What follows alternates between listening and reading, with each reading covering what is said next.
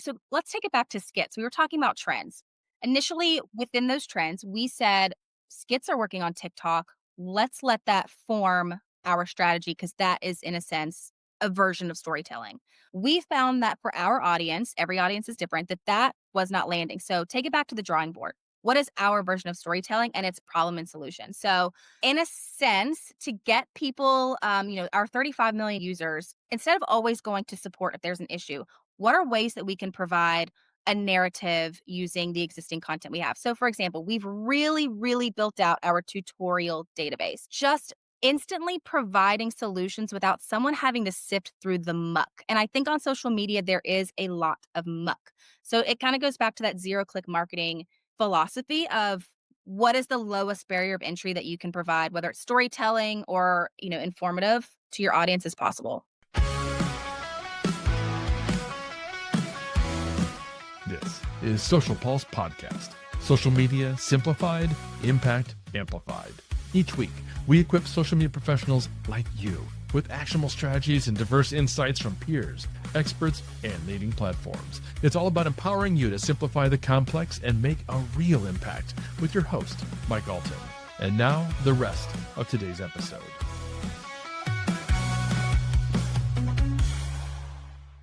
Welcome back to Social Pulse Podcast, where we're digging into the challenges, successes, and stories of social media and community professionals in the industry, just like you. Subscribe to gain valuable insights that you'll be able to apply to your own work and social presence from each and every episode. Are your social media ideas, though, getting lost in translation when it comes to visual execution?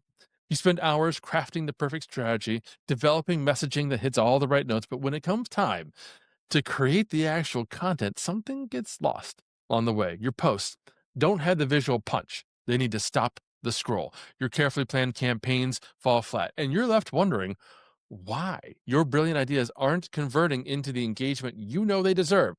Sound familiar? You're definitely not alone in this struggle, and that's exactly what our guest today is here to help with. Meet Chelse Hensley, social media strategist and influencer manager at Visme, where she manages the social footprint for a brand with over 35 million users. Chelse is a master of zero-click marketing and specializes in helping SaaS brands show up, stand out, and stay top of mind by turning strategic concepts into magnetic visual content that's impossible to ignore. With her knack for punchy content, platform native strategy, and deep love for storytelling, she's built a reputation for creating skull-stopping visuals that transform passive fans into active communities. Hey, Chelse, welcome to the show.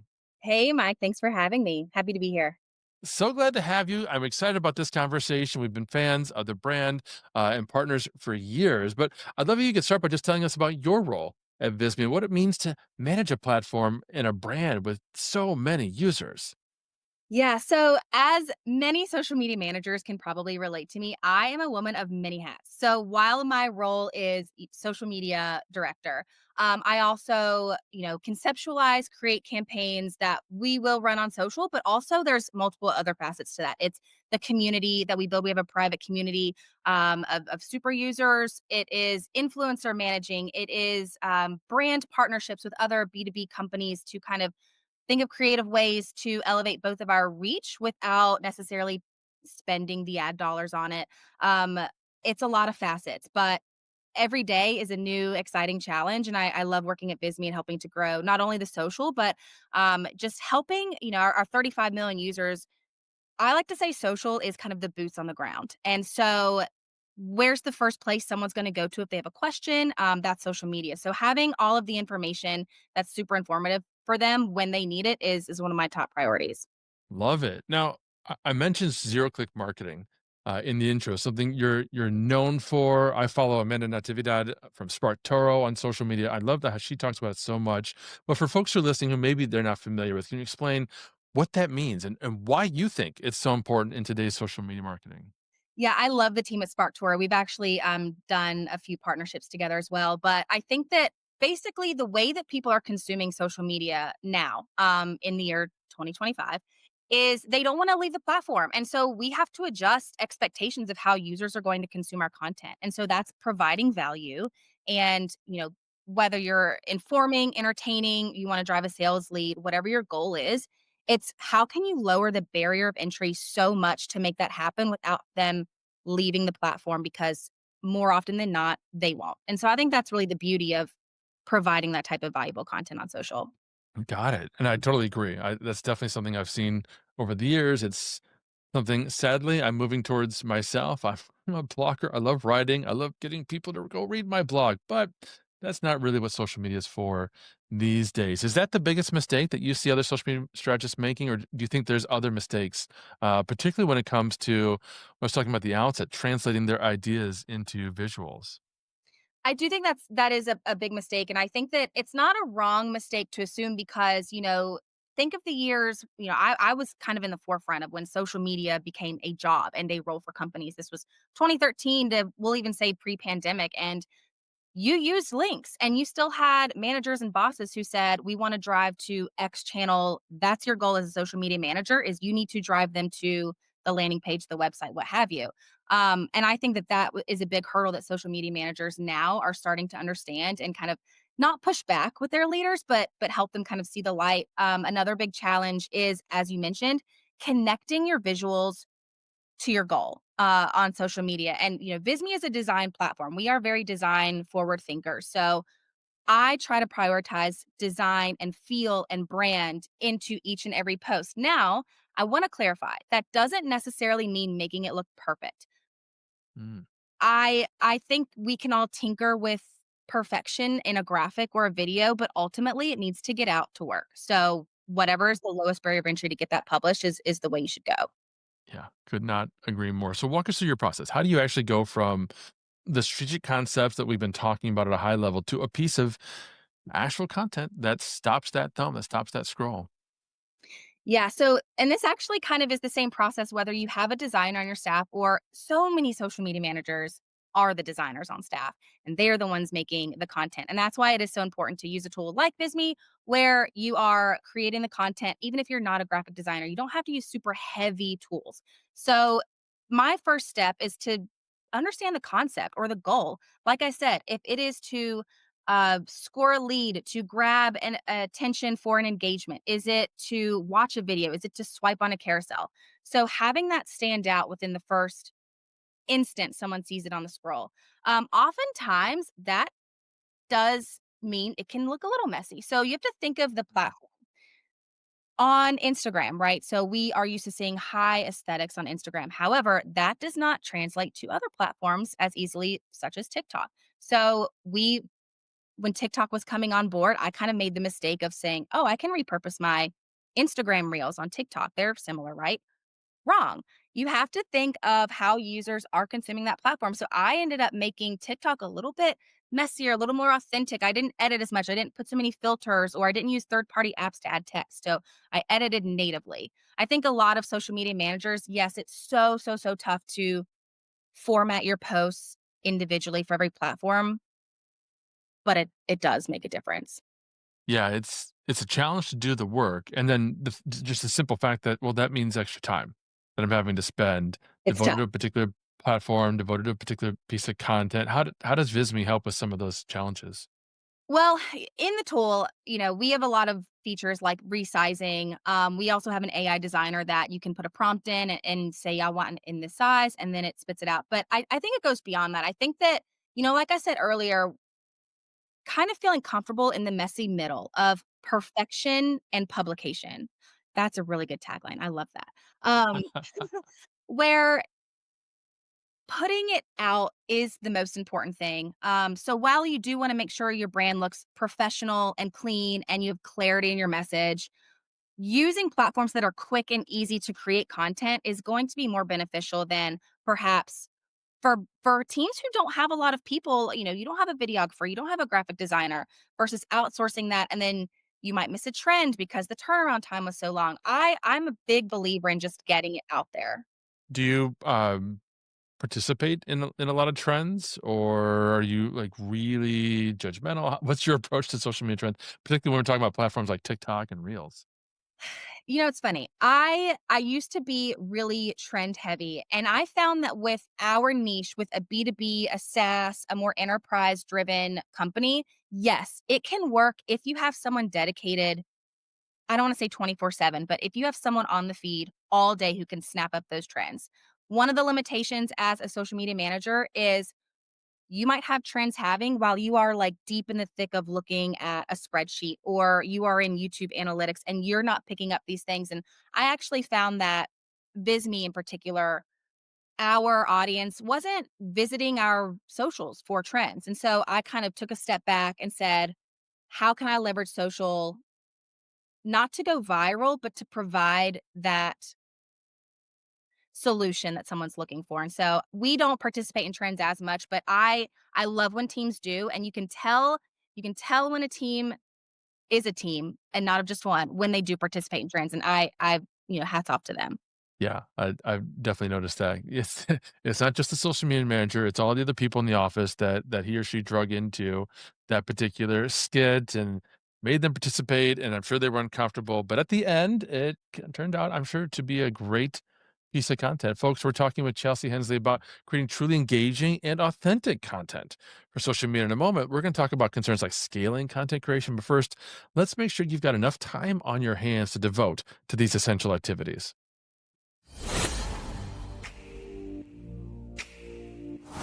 When I take a look at the biggest core benefit for Agorapulse, I have to look at two sides of the equation. I have to look at what it does for us, as far as managing our community and all of the conversation management tools, which I appreciate so much. But from a far more pragmatic point of view, it saves us money.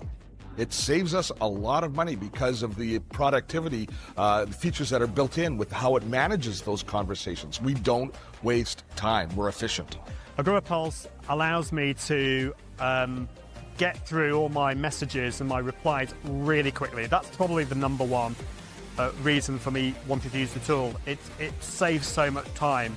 A big draw for me with Agorapulse was the ability to manage my YouTube comments. That is a huge feature for me, and here's why. Because up until then, I basically would have to go into my social media manager system to do everything there, and then I'd have to log out, go back into YouTube, and do the same thing there. Now, when you are managing multiple clients, this becomes a huge waste of time, right? And what we want to do is streamline that efficiency. So we can log into one website now.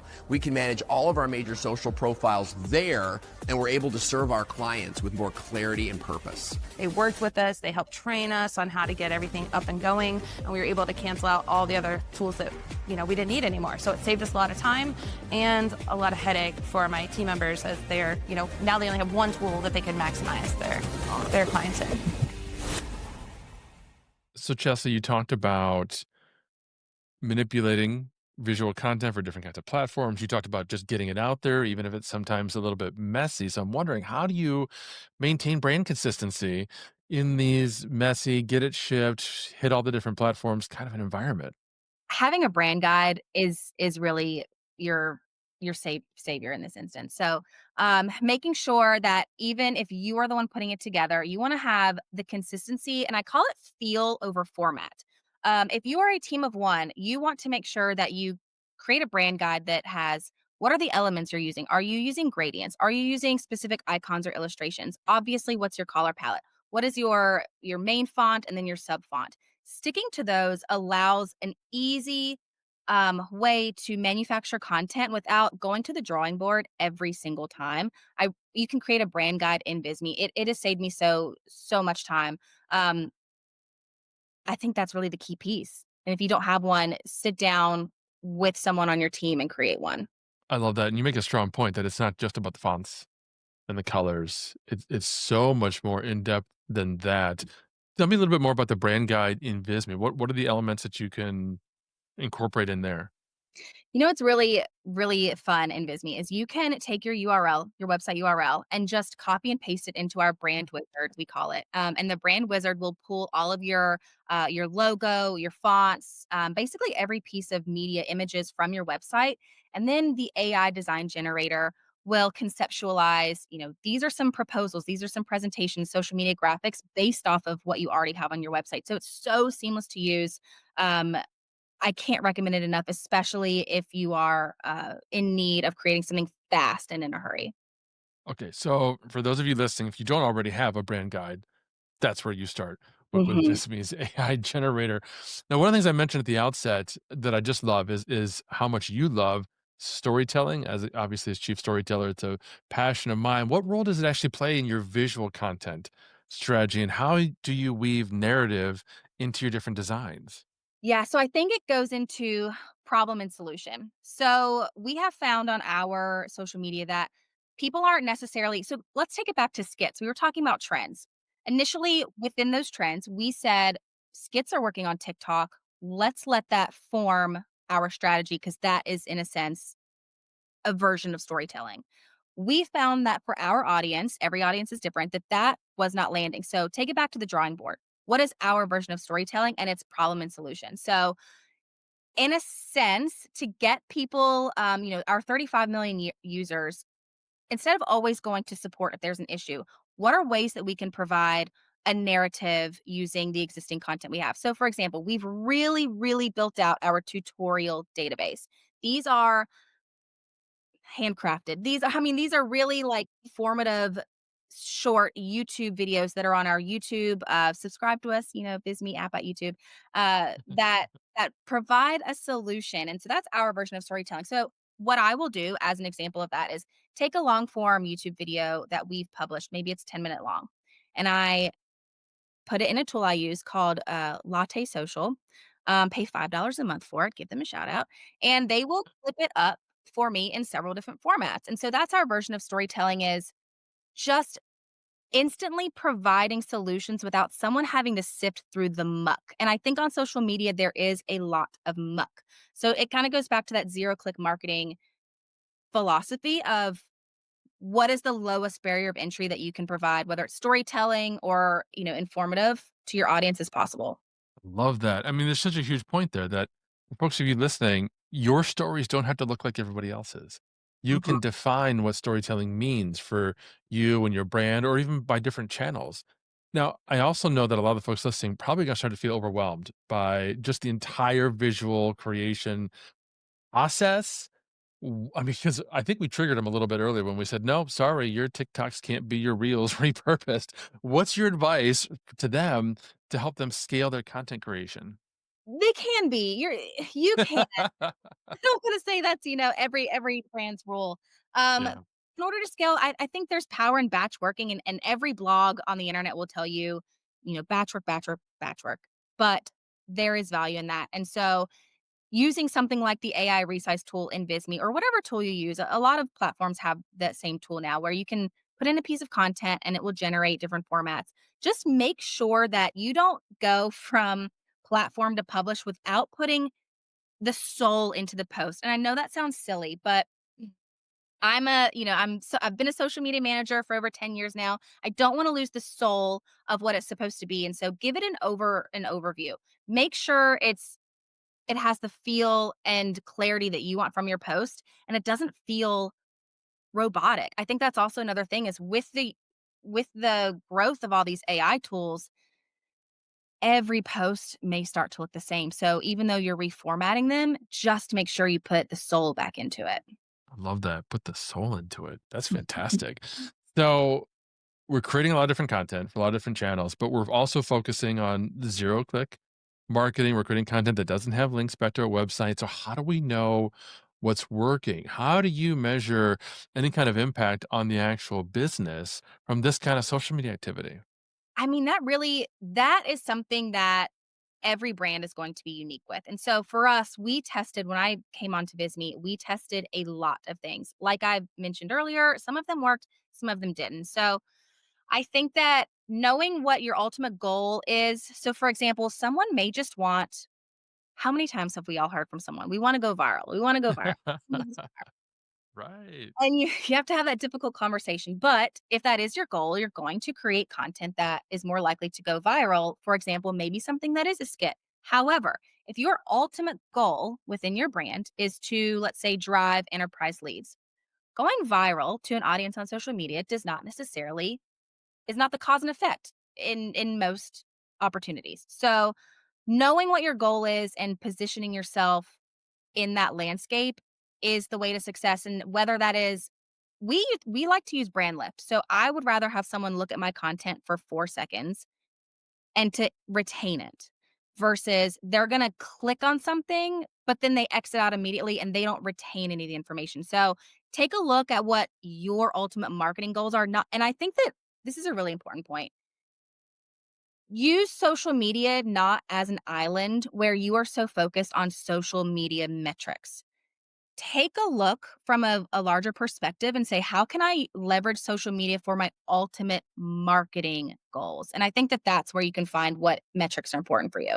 You know, it is a hard conversation, isn't it? Gosh, it's like you're newly married and all of a sudden you realize your spouse doesn't want kids, but you do. And now you've got to have this conversation, figure out how do we navigate this completely diametrically opposed viewpoint? Because particularly when we're talking about B2B SaaS, the capability of a B2B SaaS to go viral just it really isn't there for the most part because virality is based on mainstream consumers, participating in the content, and that shouldn't be who you're talking to with your content, I would imagine, as a And a B2B lot SaaS of those marketer. companies that do go viral, so we're talking, I think Hootsuite is probably the biggest, shout out Hootsuite. But these are legacy tools who got on the jump in the mid 2010s.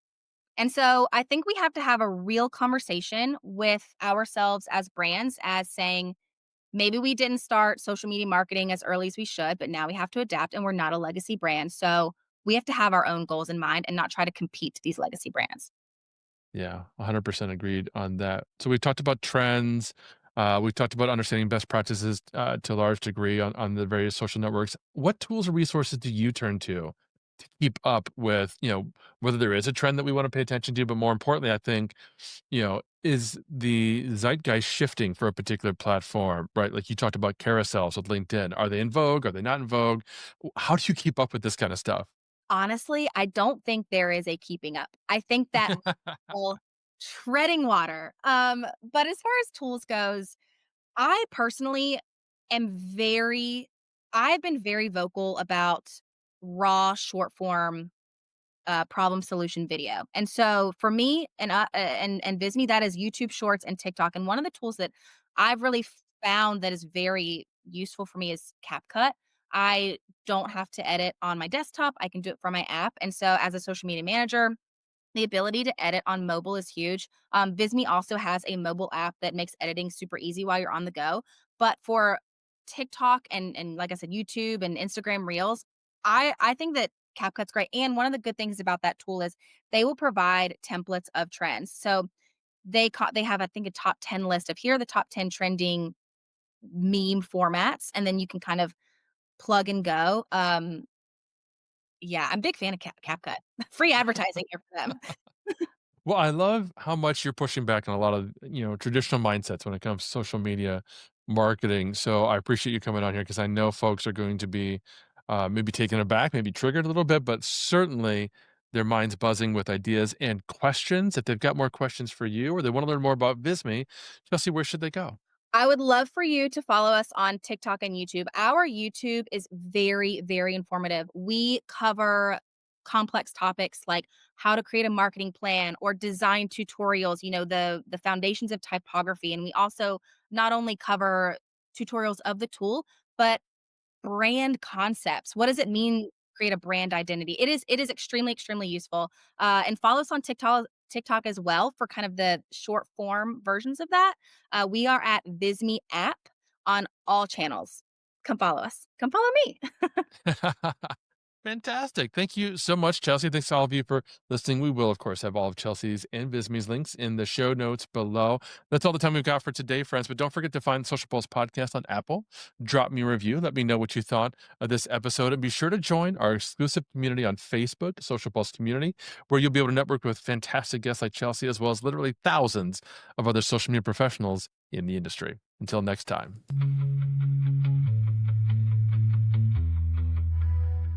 And that's a wrap for this episode of Social Pulse Podcast, hosted by Mike Alton and powered by AgoraPulse, your social media success partner, helping you simplify your daily tasks and improve your ROI. You can learn more and grab a trial at agorapulse.com. If you found today's conversation valuable, please hit subscribe on your favorite podcast player, and we'd be so grateful if you'd leave us a review. For more great content and to join our Social Pulse community, head over to facebook.com/Social Pulse Community. Until next time, remember, social media simplified, impact amplified.